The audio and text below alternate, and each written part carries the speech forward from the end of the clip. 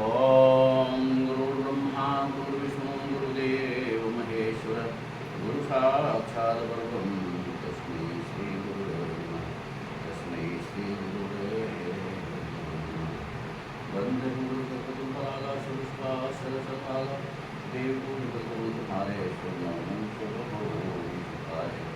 बहुत दिनों के बाद आज अपने यहाँ इस आश्रम में लाइव करने जा रहे हैं। और शुरू में पहले बॉडी लूजिंग जो होता है बहुत ज़रूरी है। जब हम योगा शुरू करें तो पहले बॉडी लूजिंग शुरू में कहाँ से होता है, यहाँ से। देखिए इस प्रकार से हम अपने बॉडी को लूज करेंगे। जो लूज करेंगे तो कोई योगा भी आराम से कर सकते हैं।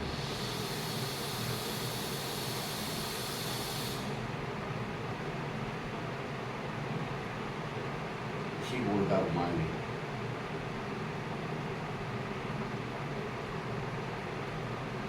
इस प्रकार से और फिर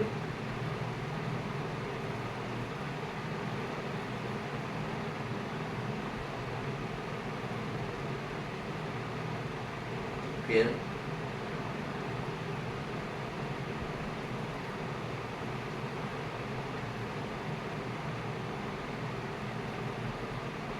फिर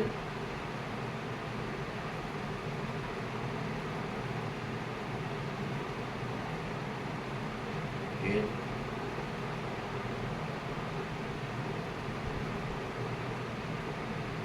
फिर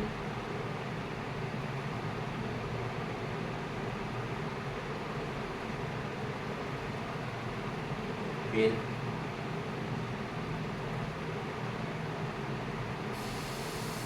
ये सब बॉडी लूजिंग में आता है। तो देखिए पहले अर्ध फिर फूल।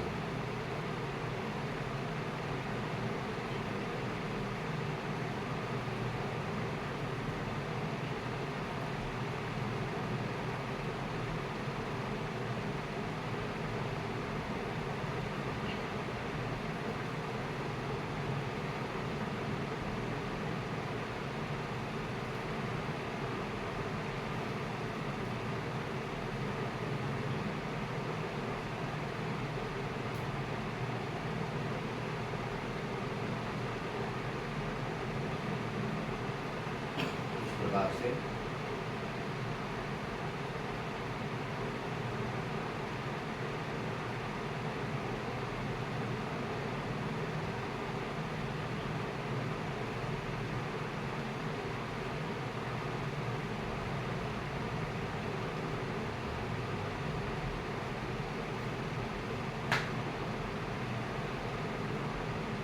ठीक इस प्रकार से पहले कमर, रीढ़, यहाँ की मांसपेशियाँ सभी कम होंगी।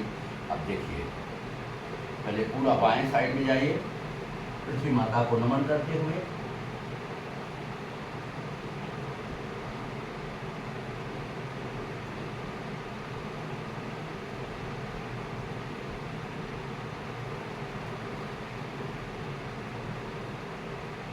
जिससे पहले गांव में गदा भागते थे, गदा। राइट साइड जाइए,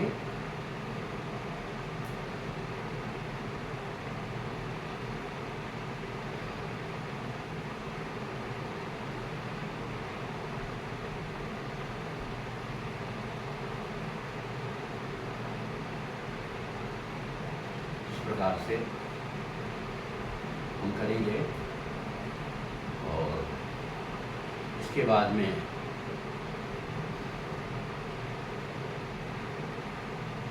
फिर थोड़ा सा संस्कार योगा में और वास्तु योगा बता दें क्या होता है। वास्तु गुरु हमारे गोड़े गोरी प्रतापगढ़ के हैं, बहुत ही परिपूर्ण, बहुत प्रपज्ञ हैं। इस समय कम से कम हम 9,000 के आसपास भक्तगण हैं प्रभु जी के। और जिसके द्वार पे उनका पांव पड़ जाए उसका कल्याण हो जाता है। अर्थात कितनी भी गरीबी रहती, कितनी भी परेशानी रहती है तो दूर होती है। वास्तु एक मानव जीवन के लिए बहुत ही जरूरी चीज़ है। वास्तु अगर आपका सही है तो अमृत के जैसे काम करेगा। जिस प्रकार से हम माँ को माँ कहेंगे, माँ हमें बहुत प्यार करेगी, बहुत प्यार, अत्यंत प्यार करेगी। उसी माँ को यदि हम बाप की मेहर कहेंगे, दोनों सब देखी है, लेकिन उसकी परिभाषा अलग अलग है।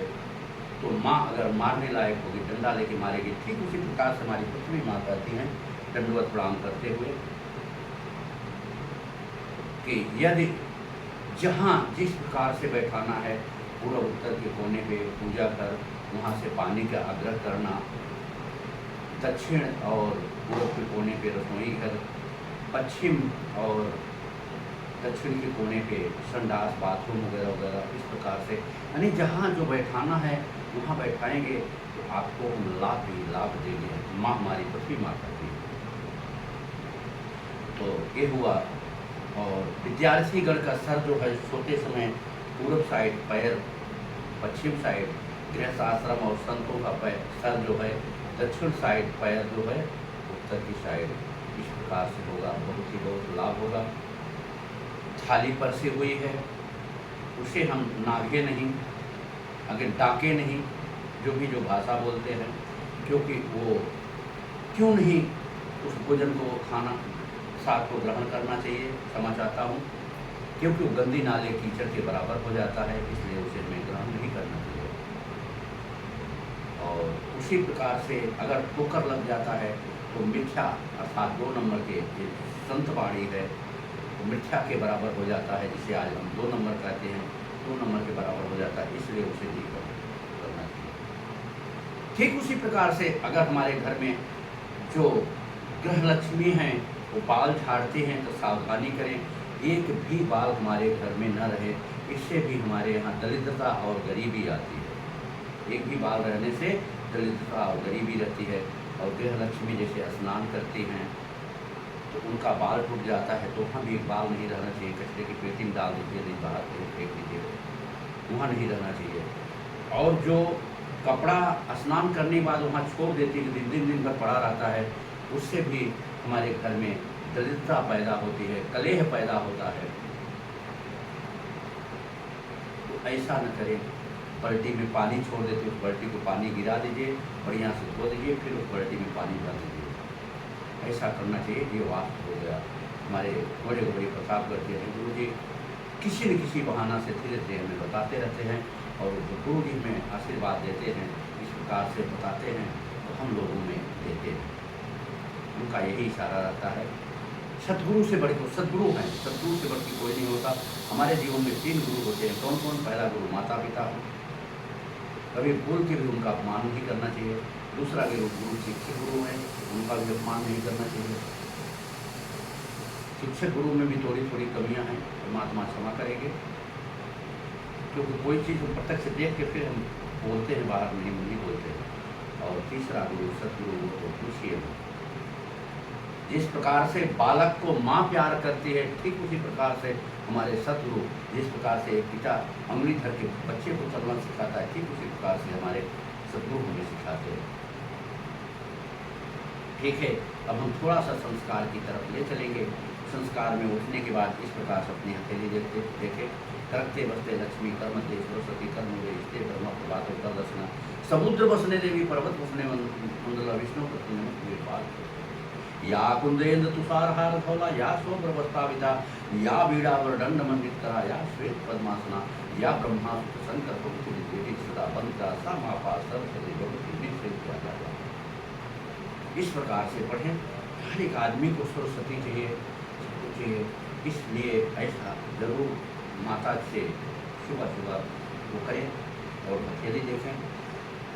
बच्चियाँ जो हैं, देवियाँ जो हैं हमारी, वो अपने माँ का पैर छुए, पिता का नहीं। पिता को देवी का पैर छूना चाहिए, अपनी बेटी को, कुंवारी कन्या का पैर छूना चाहिए, और उनकी थाली में खाएं, कभी उनकी अकाल मृत्यु नहीं। इस प्रकार से करें, बहुत लाभ होगा। फिर उसके बाद भी माता का पैर छूने के बाद जल छिप जल पावक गगन सभीरा, पंच रचित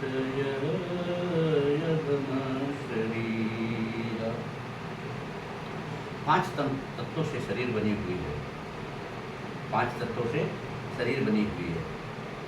तो फिर जल का हम